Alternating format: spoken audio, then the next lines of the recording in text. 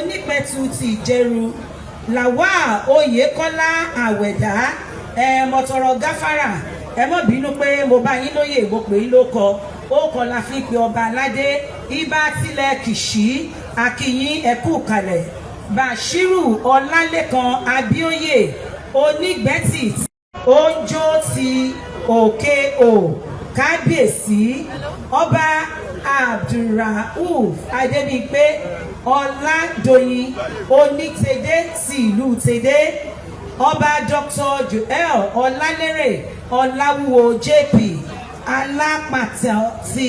ìrìn dẹ̀ngbẹ̀rẹ̀ àwọn abiyamanu ọ̀rọ̀ ńlá ni mo kí sẹ́nẹ́tọ̀ Masubadu Sumanu ẹ káàbọ̀ nígbà tí mo ń ké ibà Canada ẹ máa ń pa mí bí ọtí n bá ti fojú kàn yín lọ́ọ̀kan ara mi a máa ṣẹ́gìrì mo kí yẹn káàbọ̀ ìkọ̀kọ̀ ọ̀rọ̀ àti gbangba ọ̀rọ̀ mi ni pé sábò làbẹ́jú pèrè làbàpàrọ̀ òjòjò òní sáájú kọ́mọ́ lè nájà òní làbẹ́ wájú létí pẹ́ ẹ kú kalẹ̀ ẹ kú jókòó ara náà yóò sì máa le àṣẹ ọmọ jẹ ewé ọ̀gẹ́ àìsàn náà máa jẹ mo kí kábíyèsí ọba àlúwo adaralẹ́wà bí ọ̀sìn ajíbi ọjọ́ gbogbo dáa bí enini mo kí yẹn fún ìjọba kábíyèsí tẹnuwà ọba àfọ̀ṣe mo kí púpọ̀ ẹ kú ìdàmẹ́ àjọ pẹ̀lú ní gbogbo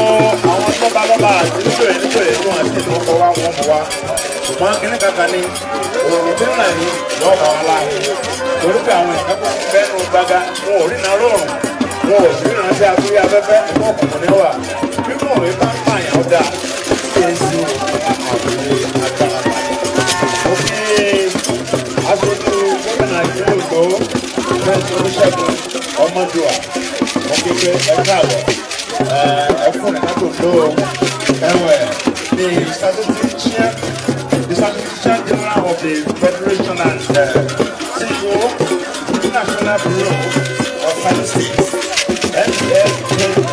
Adéyẹmí Adéníran mo kí ẹ̀ka àbọ̀ sí ìnáwó láì òkè àpàtẹ lóye ìdúnà ó ń lọ wẹ́rẹ́wẹ́rẹ́ mo kí ọba wa Ṣọ̀ún ìlú Ògbómọ̀ṣọ́ Olúmọ̀jẹ́gẹ́ mo kí ó ẹ̀yin lọ máa ń gbẹ́gbẹ́ tó rẹ̀ tó kó sí ọba Ṣọ̀ún ẹ̀yin ọmọ ọgbà tó rẹ̀ tó kó sí ọmọ àgbòǹgbò pọ̀ rẹ̀ káàkiri bí àwọn ọ̀gá ọgbà tó rẹ̀ tó kó sí nínú ọ̀gbọ̀n rẹ̀ káàkiri ẹni ní àṣàlẹ̀ máa ń ṣe àtọ́nù bí àbá ààrẹ máa ti bàbá ojú ẹ̀ tó rọ̀ lórí ọ̀rá dákun mọ́rọ̀ sílé mi nírọ̀ ní ìsìn ìjọ nírọ̀ òjòjò òkúrò gbogbo ẹbí tó bá bí jẹ kábíyèsí sanwó Ògbómọ̀ṣọ́ ẹ káàbọ̀.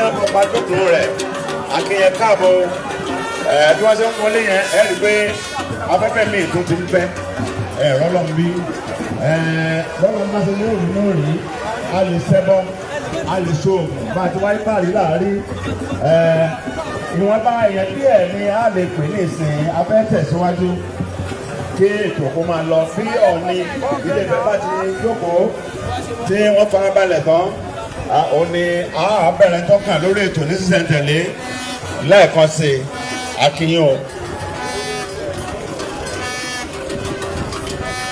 Your Excellencies and Royal Fathers, distinguished and eminent personalities, as we receive the Ooni of Ife, we proceed with today's event.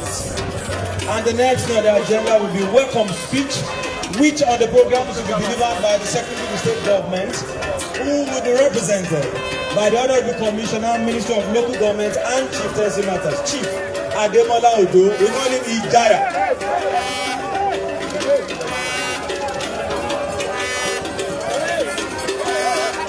Your Excellency,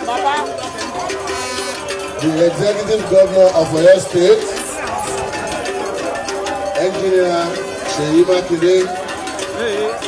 please permit me to stand on the long-established protocol. It is with profound humility and boundless joy that I stand before you today to extend the heartfelt welcome to this momentous occasion. The official presentation of His Imperial Majesty, Abimbola Akeem, Owoade as the new ALAAFIN of Oyo to the world. Today we gather not only to witness the culmination of this regal accession, but also to celebrate our cherished Yoruba heritage and the rich cultures that bind us all together. On the previous occasion, His Excellency the Executive Governor of Oyo State, Engineer Yeye, honored us by presenting the staff an instrument of office to Abimbola Akeem Owoade. This signifying the trust and responsibility vested in him as our new ALAAFIN of Oyo. Today marks a significant milestone as we formally unveil His Imperial Majesty to the entire world. An event that reflects the leadership and vision of our Governor, His Excellency Engineer Yeye, to our traditions and cultural identity. As we gather here, let us embrace this day as a celebration of unity, resilience of hope. Your Imperial Majesty, we stand behind you with unwavering support as you take on the mantle of leadership, guiding us towards future where our rich heritage continues to thrive. May the reign of Yoruba Imperial Majesty be marked by peace, prosperity, and an enduring spirit of togetherness. Kabiyesi, under your wise stewardship, we trust our cultural values will thrive, our land will flourish, our people will unite with a shared purpose. To our esteemed guests, those who have journeyed from near and far, as well as the important personalities from neighboring states, we extend our heartfelt gratitude for gracing this significant day with your presence. Your support reflects deep respect and admiration we share for His Imperial Majesty. And we, indeed, have the privilege to celebrate the moment with each of you. We also warmly welcome our friends from diverse culture present here today, from the melodious harmonies of the Igbo, the rich tradition of Hausa, and the diverse heritage of our fellow Nigerians.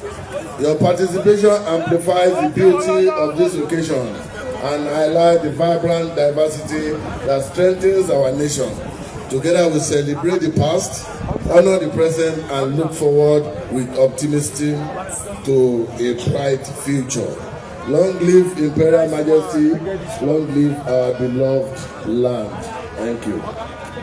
A round of applause for the Honorable Commissioner, Ministry of Local Government and Chieftaincy Matters, Chief Abimbola. He stood in for the Secretary to the So Olanike Adeyemo. Your Excellencies, our royal fathers, I'm glad to announce that right here with us, we have the representative of the President of the Federal Republic of Nigeria, in person of the Minister of Power, Chief Adebayo Adelabu. He's standing in for Mr. President here today. You are most welcome, Honorable Minister. Your Excellencies, our royal fathers, we'll proceed with today's event, and we have a series of cultural performances which will be done here today. I want to believe our cultural troupe is ready. Aladi, His Royal Majesty Oba Abimbola Ajibola Balogun of Uganda, every represented, àwọn ni wọ́n ṣojú fún Olúbàdàn ilẹ̀ Ìbàdàn. Kábíyèsí o, His Royal Majesty Oba Kọ́láwọlé Adégbọlá Ọ̀tún Balógun ilẹ̀ Ìbàdàn. Mo kí yín o, mo rẹ̀ kí representative of Aláàfin of Igbaland Ọ̀tún Ìyálóde Tẹ̀gbá. Mo kí yín ẹ kú jókòó ẹ káàbọ̀. Ọba Alákẹ́tù ti lẹ. Bákan náà la ní bàbá Ìyájì sí ilẹ̀ Ọ̀yọ́, bàbá Àfọ̀njá Múkáílà ọ̀nà ṣókùn ti Ọ̀yọ́, olóyè Isiaka Tẹ̀là, olódù ọ̀fọ̀jọ̀ngbòdú, olóyè Adéoyè, alákẹ̀tàn tí a kẹ̀tàn, olóyè Jímọ̀ Oyèlẹ́yẹ. Àgbẹ̀ bí ewé àgbẹ̀. Àgbẹ̀ bí ewé àgbẹ̀. Adára lẹ́wà bí ọ̀sùn. Adé máa gbọ̀ngbọ̀ bí ewé nílé. Gbogbo wọn ni wọ́n bá ọba wa bẹ̀rù àgbàdókè. Owó kì í wọ́n lé ẹjẹ́. Iyọ̀ kì í wọ́n lé ológun. Òjò sí àrùn yẹn bọ́ bàbá máa lẹ́kọ̀ọ́ ọmọ fọ́tò. Láyé ọba wa Abímbọ́lá kẹ́kọ̀ọ́ ọmọ akéde eku. Láyé ọba wa Owoade kí ẹyẹ ọmọ akéde ẹyẹ. Láyé Aláàfin tòní kí ọmọ ènìyàn máa fọhùn bí ọmọ ènìyàn. Àṣẹ òrìṣà lẹ́nu mi o. Àṣẹ òrìṣà lẹ́nu mi. Èyí mo bá wí ní rúbọ lè gbà.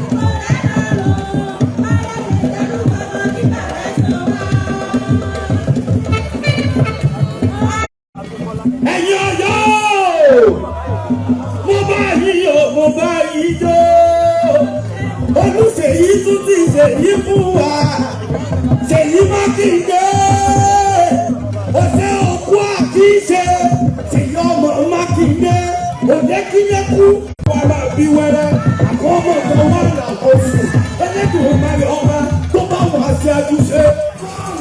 Àrẹ̀jẹ̀ kò ní padà lẹ́yìn Abímbọ́lá kò ní. Ọlọ́sàn ọmọ wòlúkú sàbí.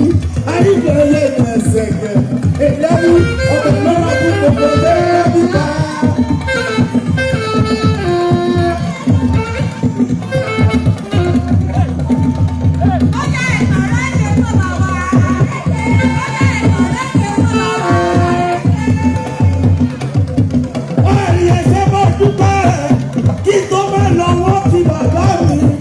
Olùṣèyí ọmọ Mákindé, ó jẹ́ ilé bàbá rẹ̀, ó jẹ́ ìpẹ̀tù, ọmọ rántí wẹ̀ ní òjò, ọmọ ìsàkúmọ̀ sárasára, kẹ̀tì ajá nìyí, ọmọ ìpàjá fún ẹ̀rọ jẹ, ẹ̀lámúkọ̀ mú ọgbọ́dọ̀ jẹ́ ẹ̀ka, ó jẹ́ ọmọ gúnigúni, abẹ̀rẹ̀ múrẹ̀tì ìrántí, ọmọ ríniríni, abẹ̀rẹ̀ mú ẹ̀jẹ̀ pẹpẹ, ọmọ tónítóníbi, ìmọ̀ rẹ̀ ìmọ̀ràn ìlàkọ̀, ọjọ́ ó ti dáṣẹ̀ ẹ̀dọ́, Olùṣèyí ọmọ Mákindé, ọmọ ọbẹ̀ níbẹ̀ sí, lórí ìgbàgbọ́ lórí ilẹ̀ lágbára ọlọ́wọ́ ọba.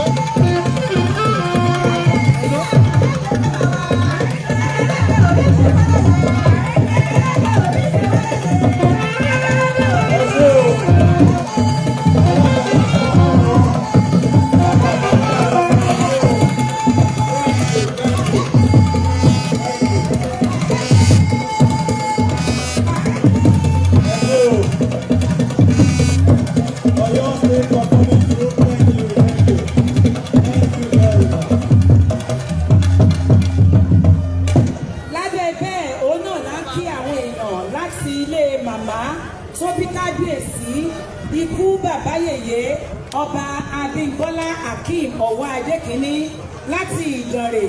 Yorùbá ní àìnílé ìyá ká má nílé bàbá, bẹ́ẹ̀ ilé ìyá làgbà ilé bàbá ọmọ làkọ́sùn ọmọ. À ń kí wa lórúkọ màmá Olúṣọlápé Ọ̀wọ́adé, akíyín ẹ kú kalẹ̀. Bákan náà, the president and chairman in council, the Nigerian Society of Engineers, Engineer Margaret Aina Ogunsala, FNSCE. You're welcome, ma'am. Thank you very much.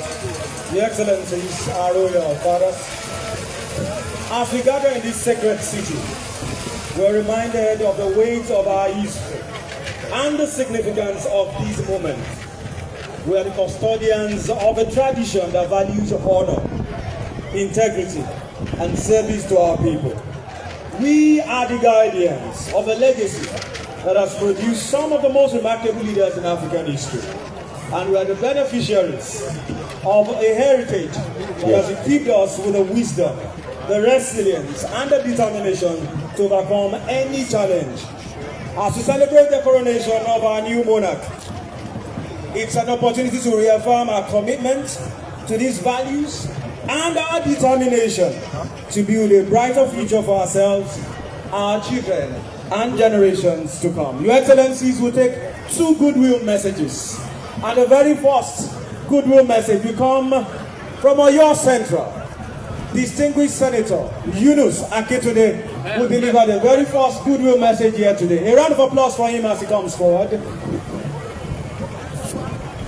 Right after Distinguished Senator Yunus Aketunde, we'll have a woman who once sat on that same seat in the Red Chamber.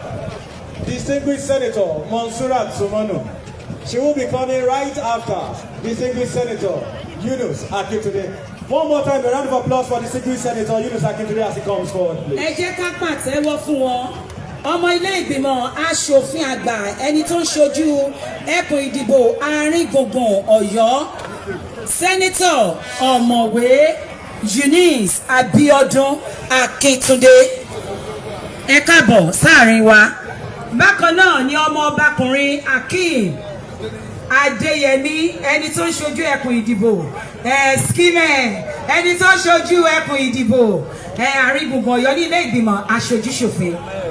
Your Excellency, the Executive Governor of Oyo State, Engineer Oluseyi Makinde, Your Excellencies, the Deputy Governor of Osun and other present here today, the OGUN, Your Highness, the Sultan of Sokoto, other Kabiyesi's here, the Ooni of Ife. I can recognize the Oluwa as well, the Showo of Ogun and others, the representative of Olubadan, the Oyomesi present here, distinguished ladies and gentlemen. It's a great honor standing together with my brothers, representing the political office holders from Oyo Town in Oyo Kingdom, giving this goodwill message on this special occasion, which the kind of thing we witnessed last 54 years ago. That was January 14, 1971. 54 years ago, we witnessed this kind of occasion last. It's a great honor and special privilege that we are alive to witness this one again today. We are here to give the Yoruba and Nigerians an assurance about the new ALAAFIN of Oyo Kingdom. I can say here loud and clear that 23 months ago, nobody can beat his chest that today will be today. But I have it on record that the new ALAAFIN sent us a message which my brothers can confirm 23 months ago, precisely on the 5th of May 2023, promising us that we need to collaborate for the development of Oyo. Ẹ̀yin ìyá àti bàbá wa ní Ọ̀yọ́, ohun tí mò ń sọ ní pé òní ló pé ọdún kan àti oṣù mọ́kànlá tí ọba tí Ọlọ́run yàn fún wa lọ́yọ̀ọ́ fi ìránṣẹ́ ránṣẹ́ sí wa, ó sì wà láwọ́ mi bí mo ṣe dúró yìí. Tẹ́nìkan ò sì lè fọwọ́ sọ̀yà ńjọ́ náà wípé ọjọ́ òní ó wáyé àbí yóò ṣojú òun. Àmọ́ wọ́n sọ níjọ́ náà wípé a Canada-based well-wisher. That was how Kabiyesi introduced himself to us. He's in good contact with some agencies in Canada, and some equipment will be sent down to you people on primary health care and not medical facilities. If we are so lucky to have ALAAFIN here today, our goodwill message is that the Oyo zone and abroad, Yoruba abroad, Nigerians home and abroad should join hands to assist this town to move forward. And it is our special prayer that the new king will live long. Shall dry house say amen.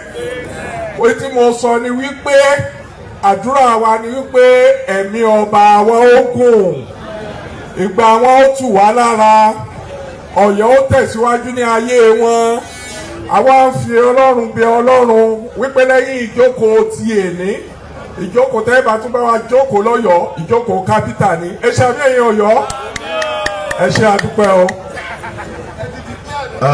àdúpẹ́ ọ̀rọ̀ náà ni ẹ ti gbọ́ yìí kí wọ́n tó sọ èyí tó kù eléyìí ṣe pàtàkì púpọ̀. Thank you, distinguished Senator.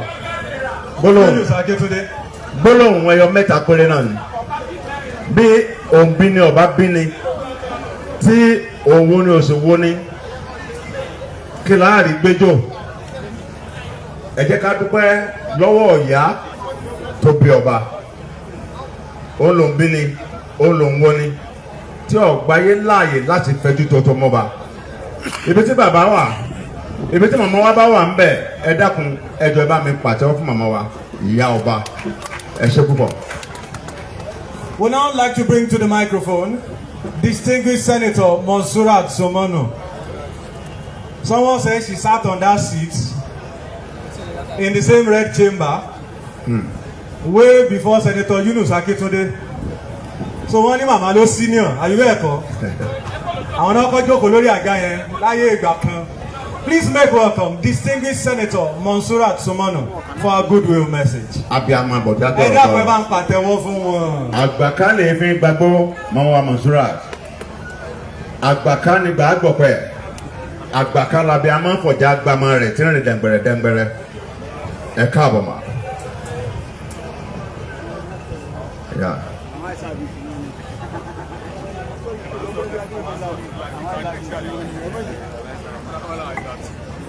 Ọ̀yọ́ ló lọ bá. Ọ̀yọ́ ló lọ bá.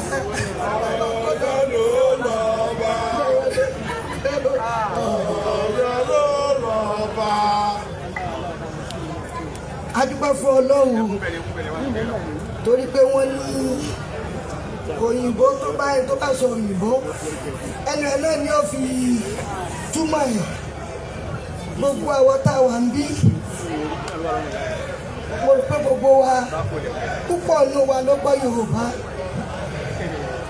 nígbà tí a bá ti dúpẹ́ fún Ọlọ́run gbogbo òwe mímọ́ méjèèjì kódà tí ìṣẹ̀dá yẹn wọ́n ní ẹ máa dúpẹ́ fún onísábàbí yín kó tó di pé ẹ dúpẹ́ fún Ọlọ́run onísábàbí ni ó mọ̀ wípé Ọlọ́run nìkan òní ọpẹ́ tọ́ sí ṣùgbọ́n gbogbo Ọ̀yọ́ lẹ́nu yìí àti gbogbo ilẹ̀ Yorùbá pátápátá a dúpẹ́ fún gọ́vnà Olúṣèyí Abíọ́dún Mákindé torí pé tí wọ́n ṣe yìí eléyìí nìkan kọ́kọ́ o àwọn lọ́balọ́ba wa tí wọ́n ti wà tipẹ́tipẹ́ 30 ọdún 40 ọdún tí wọ́n ti ń retí upgrade tẹ́ dórí àwọn Ọ̀yọ́mèsì gbogbo wọn náà ni wọ́n ti bá wa gbé wọn ga kó tó di pé ọ̀rọ̀ tí Aláàfin wa délẹ̀ kí ló yóò ní dúpẹ́ fún torí pé gbogbo ibi tí gbogbo wọn ti wá gbogbo àdúgbò kọ̀ọ̀kan ilé kọ̀ọ̀kan àbí bẹ́ẹ̀ kọ́ gbogbo alamọ bí ni wọ́n ṣe ń dùn nílùú o tún wọn wá bá wa dé ládé òǹgbẹ tó ti ń gbé Ọ̀yọ́ fún odindi ọdún 3 tó dàbí ìgbà tó jẹ́ pé oyún ọdún 3 oyún oṣù 9 lóbìnrin ní ti fi bímọ ṣùgbọ́n tọ̀yọ́ ó pọ́dún 3 wọ́n wá gbé ìlú Fẹ́mi lóyè òun ni wọ́n gbé fún wa lọ́ba o ọba tí ó wà controversial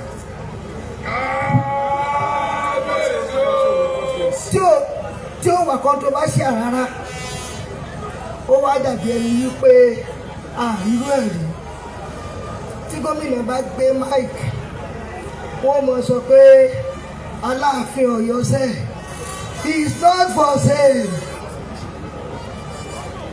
àwàdà ní gbogbo wa kọ́kọ́ pé o àfìgbà tó délẹ̀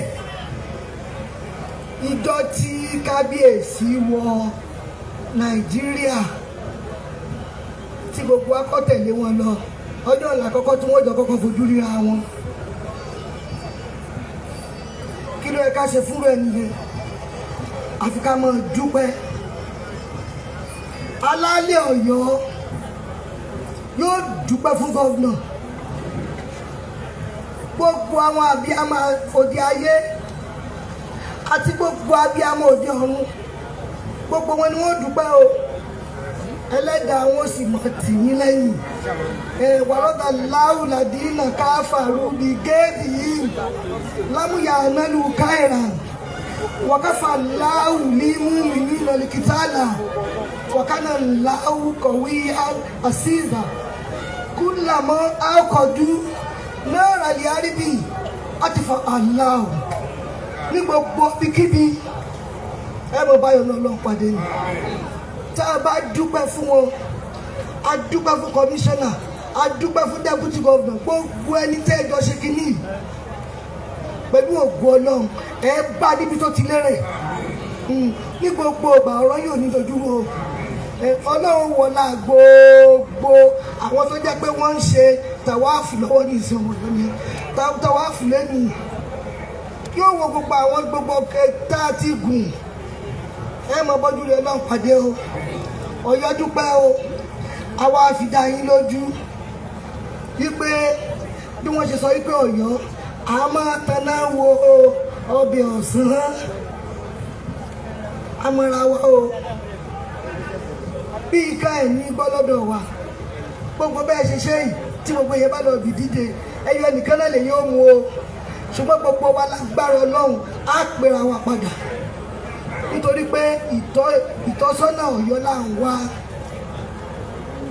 táwa olóṣèlú tá a bá ti dìbò tá a wọlé tá a mọ̀ sọ fáwọn tó bá tẹ̀lé wa ní pé má wọrí kóòtù tí láwọn ọ̀dàjọ́ kí pé wọ́n gba mándéètì fún wa padà kò sí kí àwọn èèyàn mọ̀ bá tán lẹ́yìn wa ni lọ́pọ̀tà mọ̀ ẹ̀dá ṣùgbọ́n ẹ̀rí wípé ilé ìṣẹ́ gbogbo wa lọ́yọ̀ọ́ ọ̀kan ni wá o gbogbo àwọn 61 pẹ̀lú kábíyèsí tó fi jẹ́ 62 gbogbo wa lájọ tún Ọ̀yọ́ ṣe lágbára Elédùmarè ẹnìkan kò ní yọ kú o ẹnìkan kò sì ní yọ dànù àmọ́ bá ṣe pera wa a fi ìjọba lọ́kàn balẹ̀ pípẹ́ lágbára Ọlọ́run ń tẹ́ mọ̀ rí pẹ̀lú wa lọ́yọ̀ ọ̀gá dáadáa lẹ́mọ̀ rí lẹ́yìn tí a wá kí gbogbo èèyàn tán tá a kí gómìnà tán gbogbo ẹ̀yin bàbá orí adé Sultan àti bàbá wọn ní ọ̀fíìfẹ́ bàbá wọn Olúgbọ́n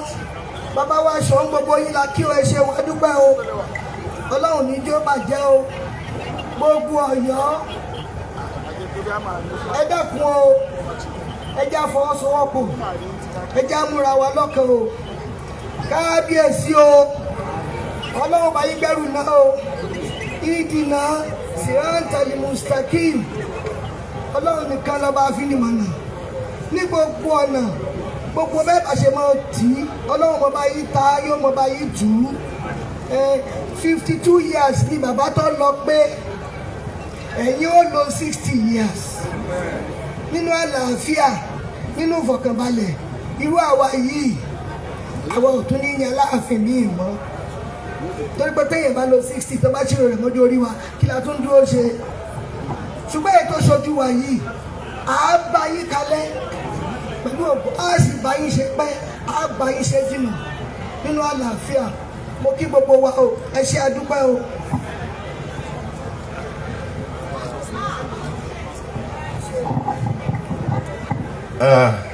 ọ̀rọ̀ lẹ ti gbọ́ lẹ́nu Senator Mansuru Asumanu ọ̀rọ̀ tí wọ́n sọ parí tí wọ́n fi káàdì wọ́n fi ìdùnnú hàn púpọ̀ wọ́n fi ìdùnnú tó ga hàn púpọ̀ èyí tí wọ́n sọ parí ẹ̀ yẹn pé àwọn tí kú ti 60 something Ọlọ́run ọ̀mọ ẹni ọdún kan o wọ́n bá wọ Ọlọ́run àní ẹ̀dọ́gọ́rùn-ún ó lè jẹ́ ẹ lo 150 láyé òun ló ní ẹ̀yìn ká ẹnira yín Ọlọ́run ọba yóò jẹ́ kó rí bẹ́ẹ̀ so nípa bẹ́ẹ̀ ètò yẹn ń tẹ̀ ẹ́ síwájú lọ́wọ́lọ́wọ́ báyìí ẹ̀gbọ́n wa bàbá adẹ́rùpọ̀kọ̀ Káyọ̀dé Ọláìyá tí wọ́n sojú wọn mo kí níbi tẹ́ jókòó sí o Káyọ̀dé Ọláìyá adẹ́rùpọ̀kọ̀ bàbá Jennifer ibi tẹ́ wà mí ò mọ̀ bẹ̀ bọ̀ ibi tẹ́ bá wà mo kí yín o ẹgbẹ́ náà ò ní bàjẹ́ o ojú ò ní tì yín sà.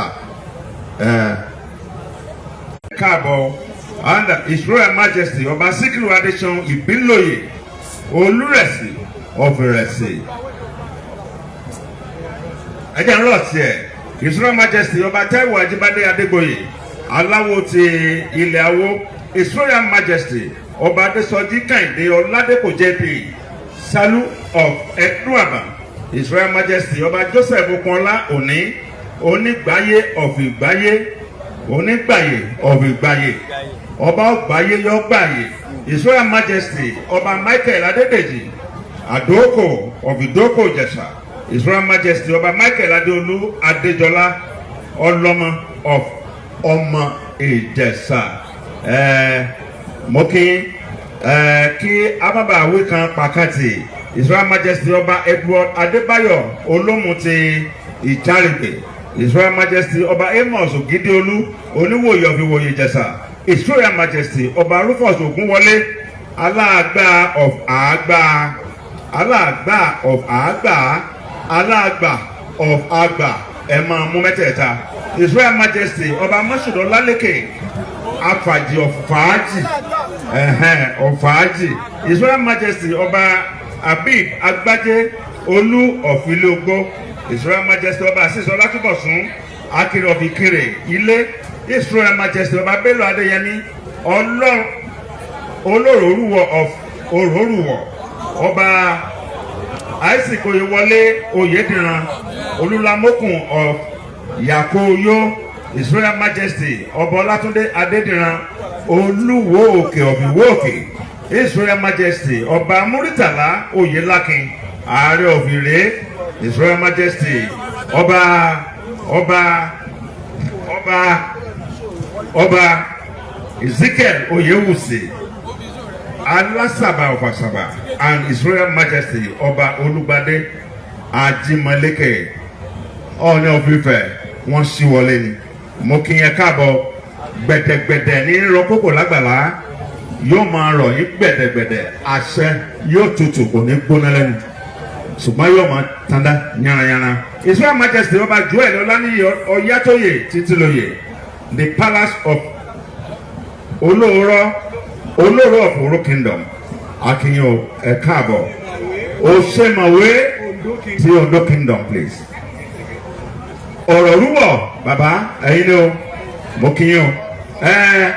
Báyìí ètò yóò máa tẹ̀síwájú bó ṣe wà lórí ìwé láì fi àkókò kankan ṣòfò.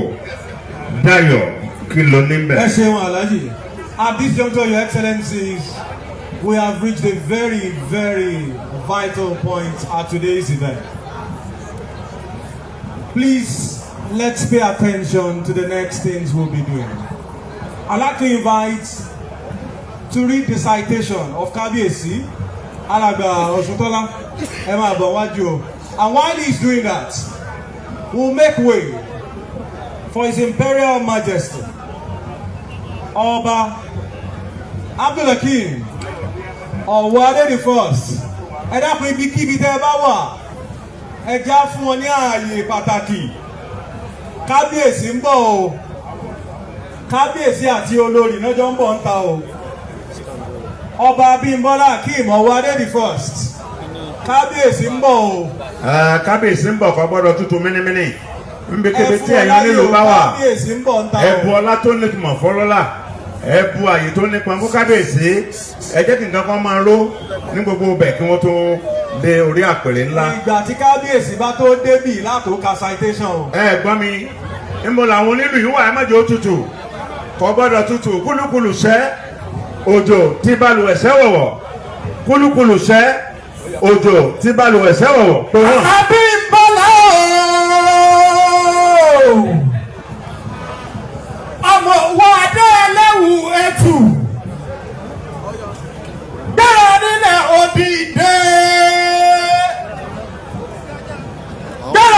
òdìdé kó jókòó nígbẹ́rọ nílẹ̀ òdìdé kó jó àrò nígbàrá nílẹ̀ òdìdẹ kó ọjọ́ sẹ̀kẹ̀rẹ̀ jọ́dọ̀dún tálàfin yọjọ́ ẹsẹ̀ kábíyèsí fọláàfin gbogbo ọmọ ọ̀yọ́ pátápátá ẹsẹ̀ kábíyèsí fọláàfin. kábíyèsí ń bọ̀ o ojú gbogbo.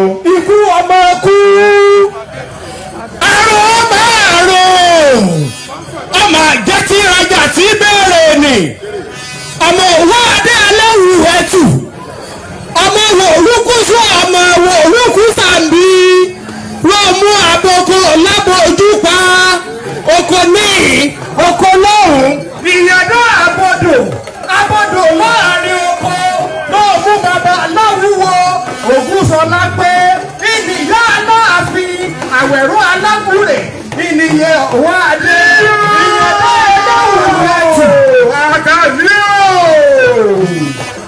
ọmọ wo olúkúsù ọmọ wo olúkúsàbí òun àbíbàbá jẹba àbíbàbá jẹba bàbá yàndá ọkọ lébóló tọrọ bí òtútù ọmọ àjàgbó àtinúwá jọba ọmọ olúwaṣọ yẹnkẹtẹ yẹnkẹtẹ yẹnkẹtẹ yẹnkẹtẹ adéhùn mi yóò máa yan kẹtẹkẹtẹ nínú gbogbo ọmọ ọba àtìmọ̀ ọmọgbéyàwó ìyàtọ̀ ìdẹ́lẹ́kọ̀ àtìmọ̀ rẹ́ẹ̀kà wọ́n níbi kún ọ̀bàlẹ̀ wọn kó wé bàbá Aláàfin àkàlà balẹ̀ wọ́n sọ̀rọ̀ ọjà falala ìgbẹ́ yóò tún ọ̀gẹ́ làgúngé ìgbẹ́ yóò tún ọ̀gẹ́ làkàlà ń fọ̀hún. gbogbo ọ̀rọ̀ yóò tó kábíyèsí Fọláàfin. kábíyèsí o àkàbí o àjọmọ ogun agure fẹrẹ bí ẹkùn ọmọ ọba onídàndógó sẹyà àkàbí olùrọgọ rọgọ ogun adẹrọ mú bẹlẹ mọdú pa olùrọgọ rọgọ ogun àyàdámbẹ lọ́nà àbàdàn ogun òkè ògbòdòdò bí ogun náà ti ń jẹ tó lódò títí rí méje làápàdé wù mí ọ̀rọ̀ mẹjọgbọ kó tó jẹ́ ni bàbá mi láti rí lákọ́ ìka ti rí wẹ̀wẹ̀ jẹ́ ikú ọ̀kọ́sọ́ ti rí pẹ́kú ìwọ̀ ti rí pẹ́já ọ̀tá bàbá ó ti rí mọ́lọ́kọ lójú bàbá kéékèèké ẹlẹ́bí wọn bàgbà jẹun títí rí náà ti rí òkè ti rí mọ́wò tó sọmọ rẹ̀ ní gúdẹ́ẹ̀fù bàbá yìí pàlú méje pọ̀ gbogbo wọn ládéhùn bí bá dodo adé ògbódò gbòwò gbọdọ̀ roko èrò ògbódò wọn gbọdọ̀ hùwà ìyàrá àjàyọ̀ dúró ẹlẹ́kọ̀ọ́ lórí ọmọ ìyàwó ìrẹ́gbẹ́jẹ́.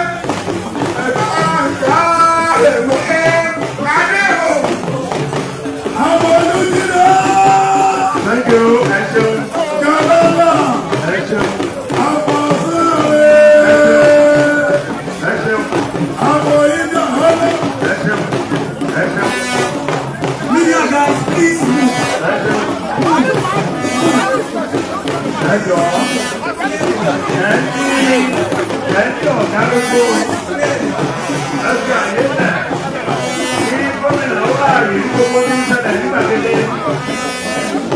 Oyo Empire and the rising heir to the throne of this Yoruba historic empire. Ọba Abimbola Owoade was born in 1975 into the royal family of Owoade AWUYE of Aguri Compound, Oyo Town. Ọba Abimbola Owoade's career began in 2002 as a top member of the National Youth Service Corps, NYSC, serving as a mechanical planner with the Imperial Gas Company. He worked briefly with the Senate PLC as a teller from 2003 to 2004. He later relocated to the United Kingdom, where he earned certification as a project manager after completing his degree. Before being selected as ALAAFIN, he most recently worked as a project coordinator at Manitoba Hydro in Winnipeg, Canada, North America, in addition to running his real estate business. On January 10, 2025, the governor of Oyo State, Engineer Yeye, approved the selection of Oba Abimbola Owoade as the successor to the late Oba Lamidi Piton. On 13 January, the state government presented a certificate and staff of office to our new traditional ruler. Eba mi ṣe kábíyèsí o.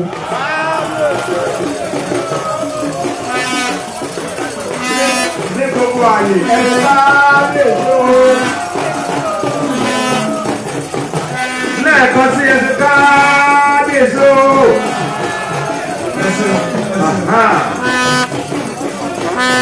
Thank you. At this juncture, it's time for presentation of the king to the Owoade.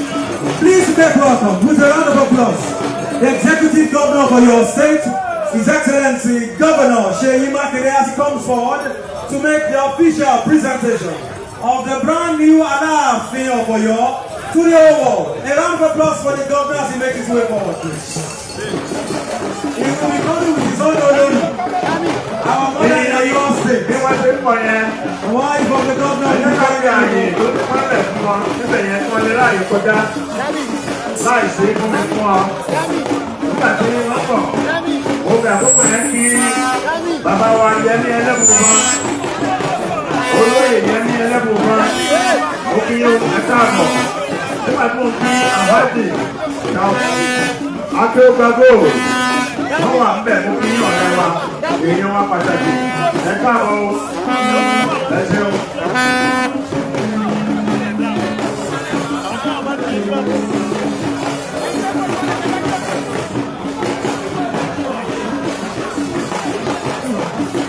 Òye lọ́kàn mo rí pé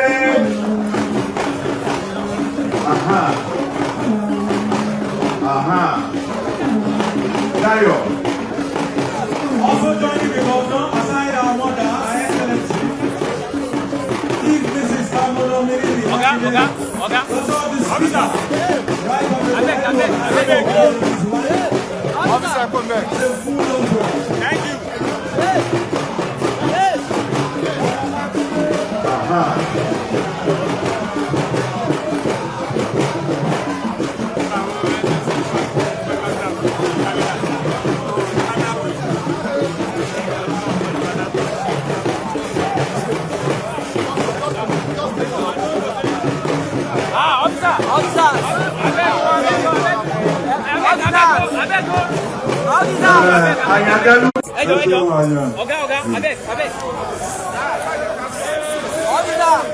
Hello, take your leg.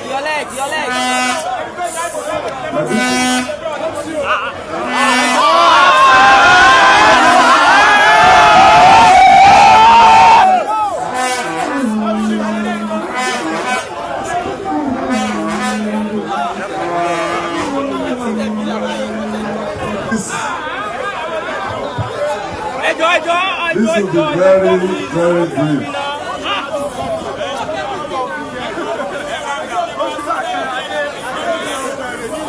On the 10th of January 25,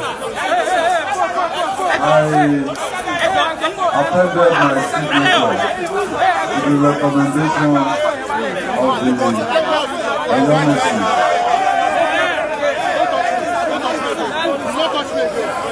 For Oba Abimbola Akeem Owoade to be the new ALAAFIN of Oyo. And on the 13th of January this year, I presented the certificate of office and the staff of office to our Kábíyèsí. So mo ti parí iṣẹ́ mi ní ìgbà yẹn.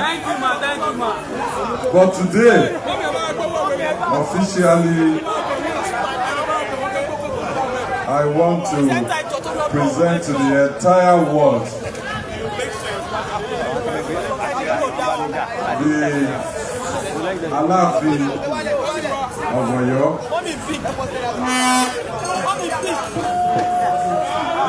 Ọba Abimbola Owoade the first. Àwọn tí ó wá láwọn ò gbọ́ àbí wọn ò tí ì rí àwọn tí wọ́n sì ń sá káàkiri kí wọ́n máa bọ̀ wá bá kábíyèsí ilé àfihàn. Kábíyèsí o. Kábíyèsí. Thank you, Excellency. Kábíyèsí. Lady High Excellency will go to the seat. Adúpẹ́ òní ẹjọ́. Please, Lady High Excellency will go to the seat. Àgbà ìrètí dúró rí ẹ̀. Ọlọ́run fún wa lọ́jọ́.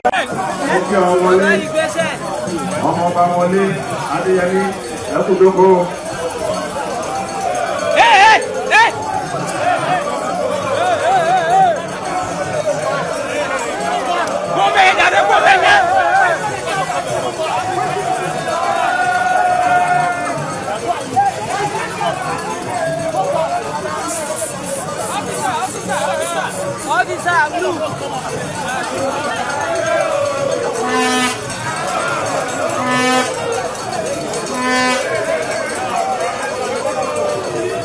Thank you, Excellency.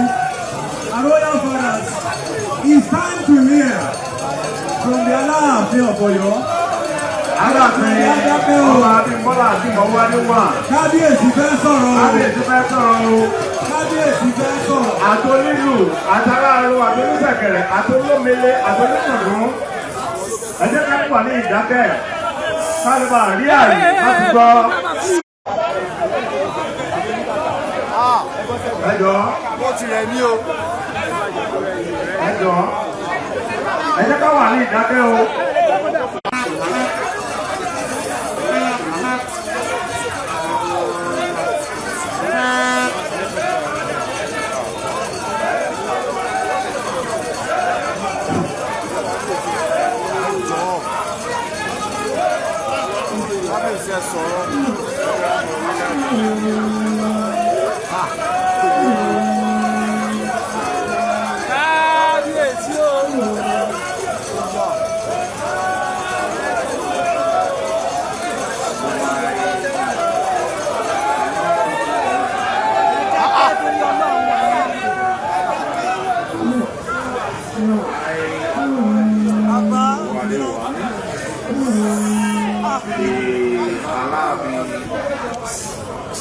I want to take a moment to express my heartfelt gratitude to everyone of you who have been there for me through the ups and downs.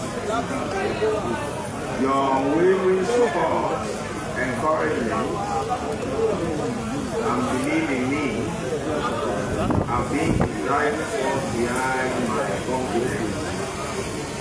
I'm forever grateful for your presence in my life. I'm using this opportunity to thank you for being my rock, my cheerleader, and my constant source of inspiration. I'm really blessed to have such an amazing support system, and I promise to always be there for you, just as you have been for me. However, human beings are inherently social creatures, and our most significant achievements have always been the result of collective efforts. Countless historical events and modern day success stories equivocally demonstrate the importance of community. In times of crisis and prosperity alike, the power of unity remains unmatched. It fosters a sense of belonging, overcomes challenges, and ultimately paves the way for shared progress and growth. Community consists of diverse individuals each with unique skills, talents, and perspectives. Harnessing the diversity is essential for fostering creativity and problem solving. When individuals work together as a collectively, they bring together a wealth of knowledge that multiplies the collective intelligence of the community. It allows for generation of fresh ideas, alternative solutions, and a wider range of possibilities to tackle the challenges at hand. By pooling resources, expertise, and diversity, communities can accomplish far more together than individuals could have achieved on their own. Successful communities are built on mutual support and cooperation. When individuals come together, they create robust support systems that ensure no one is behind. Unity strengthens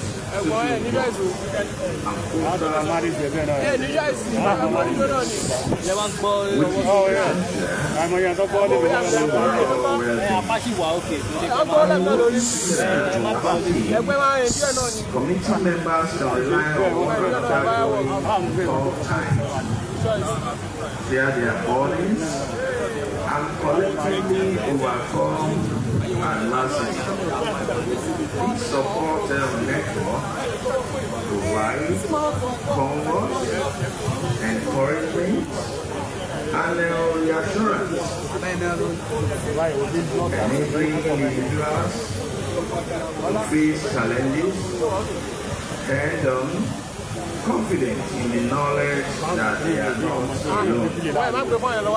A united community possesses the power to drive change on its own realm and broader scale. Through collective action, communities can address social injustice, advocate for positive policy changes, and influence public opinion by circling together and amplify their voices. Communities can push boundaries, challenge the status quo, and bring about meaningful progress. Communities that work together in harmony tend to flourish and prosper by supporting local business, sharing resources, and through that process. Local economies rely on the collective power of their community tribe. When residents work together and patronize local establishments, the impact on jobs, commerce, and overall community well-being is significant and enormous. Furthermore, shared prosperity goes beyond economic gains. It encompasses improved infrastructure, increased opportunities, and enhanced quality of life for all community members. Consequently, it is time for your individuals at home and in the diaspora start partnering for synergy. Without doubt, we can find strength in unity. These have become imperative so that whenever our brothers and sisters in diaspora and abroad come home, and they won't be complainers about how things are not working. but rather they see themselves as partners and partakers in the overall development for a better future of their own land.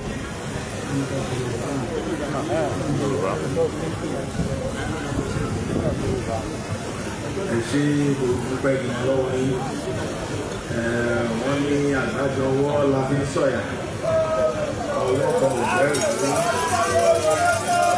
mo sábẹ́ lọ́wọ́ gómìnà wa ọlọ́lá jùlọ gómìnà ọmọ Ṣèyí Mákindé mo dúpẹ́ lọ́wọ́ wọn bí ọjọ́ yìí ṣe wá sí ìmúṣẹ kò sẹ́yìn àdúpẹ́ lọ́wọ́ wọn fún gbogbo pátọ́ǹsì náà ọlọ́run ọ̀tún síwájú àdúpẹ́ lọ́wọ́ mo dúpẹ́ lọ́wọ́ gbogbo àwọn Ọ̀yọ́mèsì ló tọkàntọkàn ti ìlú Ọ̀yọ́ tí wọ́n nífẹ̀ẹ́ Ọ̀yọ́ tó ń dẹ̀ fẹ́ ìlọsíwájú ìlú Ọ̀yọ́ mo dúpẹ́ lọ́wọ́ ní gidi gan ni mo dúpẹ́ lọ́wọ́ àwọn lọ́balọ́ba tí wọ́n wà ní ìjókòó báyìí ẹ ṣé gidi gan ẹ kú àyẹ́sí ọlọ́run máa dúró ti ẹ̀yìn náà ọlọ́run pa àlọ́ àti àbọ̀ yín mọ́ mo dúpẹ́ lọ́wọ́ yín mo dúpẹ́ lọ́wọ́ gbogbo àwọn organizing committee ayẹyẹ ìwúyè ti ọjọ́ ìlú náà mo dúpẹ́ pé gbogbo yín pé iṣẹ́ takuntakun tẹ́ ẹ ṣe mo dúpẹ́ lọ́wọ́ yín ẹ̀mí ṣíṣe iwájú lọ́pàá ibi tí yóò mọ rétí ẹ̀mọ̀ lọ ẹ̀mọ̀ bọ̀ ẹ̀ mo dúpẹ́ lọ́wọ́ yín gidi gan ni mo dúpẹ́ lọ́wọ́ gbogbo àwọn ọmọ ọba náà olórí àwọn orí adé tó wà ní ìjókòó wọ́n fi ìfẹ́ yẹra sí àti ìjókòó yẹra sí náà mo dúpẹ́ lọ́wọ́ yín gidi gan ẹ ṣé gidi gan ọlọ́run máa dó ti ẹ̀yìn náà èmi wá fi ń dá yín lójú pé ní ọjọ́ ìní pé ìlú Ọ̀yọ́ lásìkò ti tèmi o ní ìṣàgbogbo ipa tó wà ní agbára mi náà láti rí pé ìlú Ọ̀yọ́ ó ní ìlọsíwájú mo mọ̀ pé láti ìgbìmọ̀ rẹ̀ lásìkò ọba Abimbola Akeem Owoade gbogbo aláàrẹ̀ tí wá sí níbẹ̀ wọ́n ní ọwọ́ apá òfin ká orí àtẹ́lẹsẹ̀ òfin ká ọ̀nà ọwọ́ ọ̀gá òfin ká gbogbo wa dúpẹ́ lọ́wọ́ ní àsìkò náà màá fẹ́ pé olóró ti ìlú Òwò torí pé a fẹ́ ṣe ìfilọ́lẹ̀ magazine ti Palace Diary ti ìlú Ọ̀yọ́ olóró ọ̀dọ́dọ́ ẹjọ́ afẹ́kẹ́ wá bá ṣe ìfilọ́lẹ̀ magazine náà ẹ ṣé gidi gan ni mo dúpẹ́ o.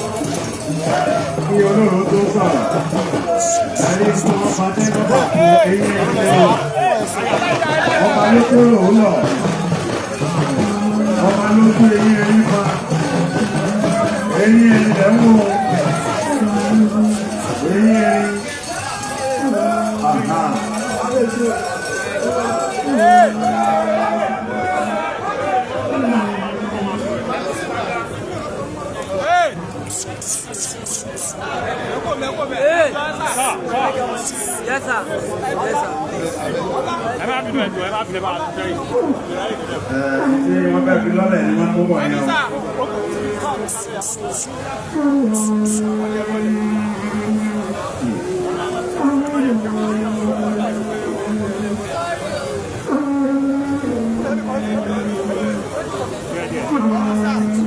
Eyín ẹni ni wọ́n fún yẹn ọba ló tún eyín ẹni fún.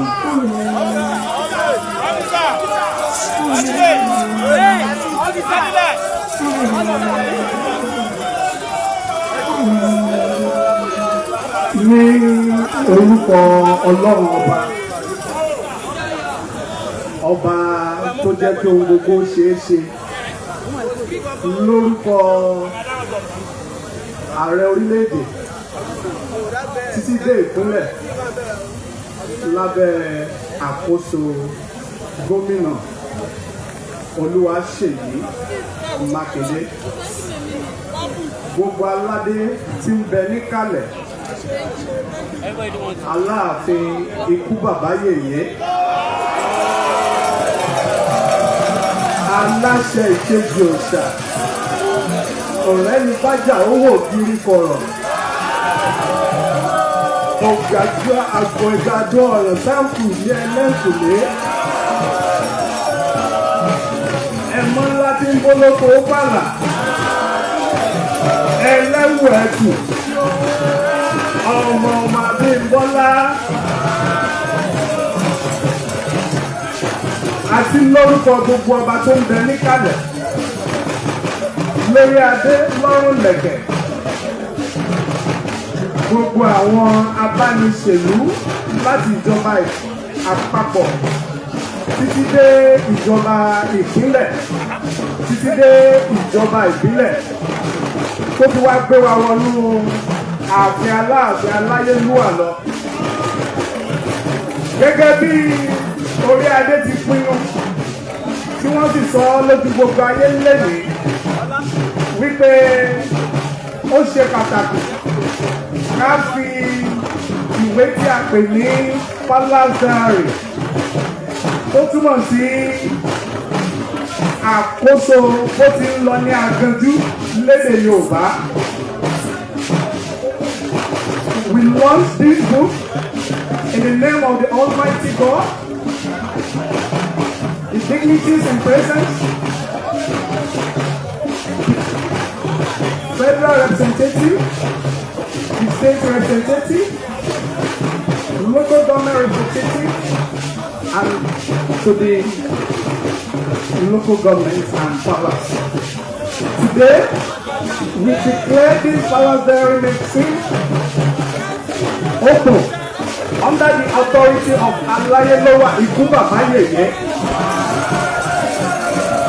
Aláàfin èkejì òòṣà, ojú pákókókó má fọ́, ọ̀rẹ́ ní fájà owó ògiri kọ̀rọ̀. Lórúkọ gbogbo ọmọọba àti gbogbo àwọn abániṣèlú ní aginjú, the book is declared open.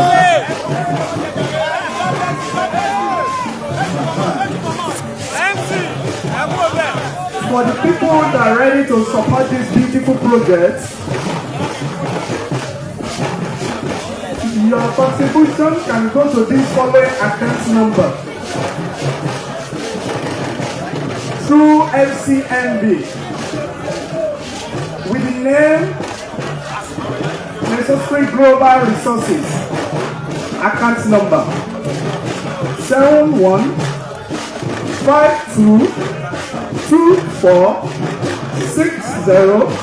7152460019.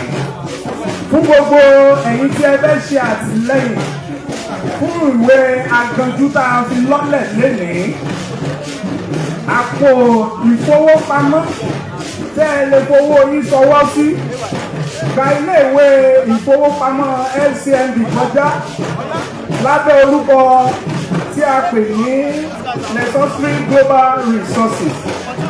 Òǹkà ìfowópamọ́ náà lọ báyìí: AJ ọ̀kan, àrún, èjì, èjì, ẹ̀rin, ẹ̀fà, òdo, ọ̀kan, ẹ̀sán. Ẹ ṣé púpọ̀.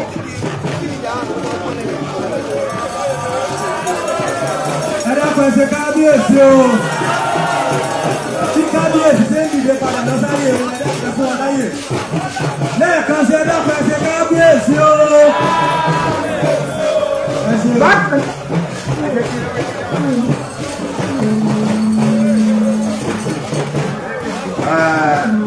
lórí àpèrè wọn ti fẹ́ dìde o. Ẹ̀yin onílù àti ẹ̀yin kámẹ́rámẹ́n tó wà lórí àgbẹ̀sẹ̀ létẹ̀lé tó ń pè ní step jáde ẹ̀kú bẹ̀. Ẹ ṣeun. Lọ́wọ́ tá a wà yìí, gbogbo ẹ̀ tó wà ní pátá ẹ̀kú lórí stage. Everybody to leave the stage right now. ẹ ṣé o. Everybody. Ẹ ṣé o. Everybody to leave the stage. Gbogbo ènìyàn ẹ̀kú lórí stage. Ẹ ṣeun, ẹ ṣeun. Gbogbo Ọ̀yọ́ tó kí láti US akíyè o. Thank you very much. Your Excellencies. Gbogbo ènìyàn ẹ̀kú lórí stage. Our royal fathers.